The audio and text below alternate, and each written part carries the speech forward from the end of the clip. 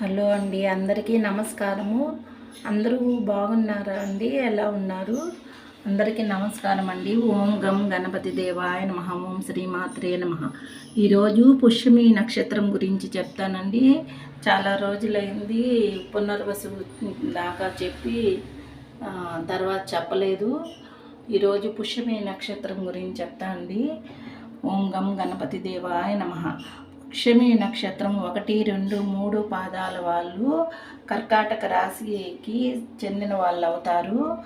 వాళ్ళకి రావి చెట్టు అంటే అశ్వత్థ వృక్షముని పూజ చేసుకుంటే చాలా మంచిదండి.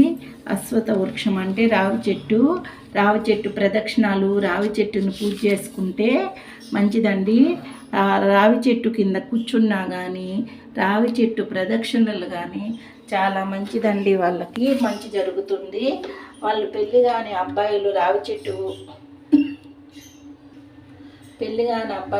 చెట్టుకి ప్రదక్షిణలు చేస్తే మంచి అమ్మాయి భార్యగా దొరుకుతుందండి. ప్రదక్షిణలు పుష్యమి నక్షత్రం వాళ్ళకి అమ్మాయిలు ప్రదక్షిణలు చేస్తే మంచి వరుడు దొరుకుతాడండి.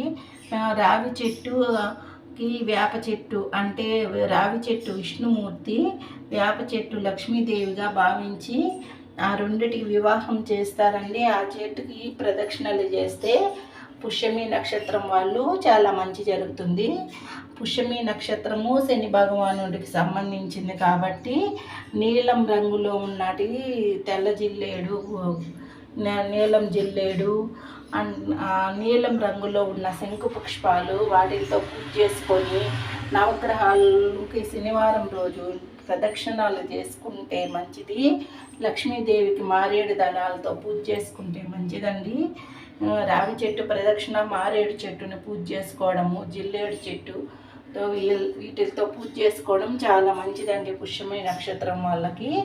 మరి ఉంటానండి. నమస్కారము.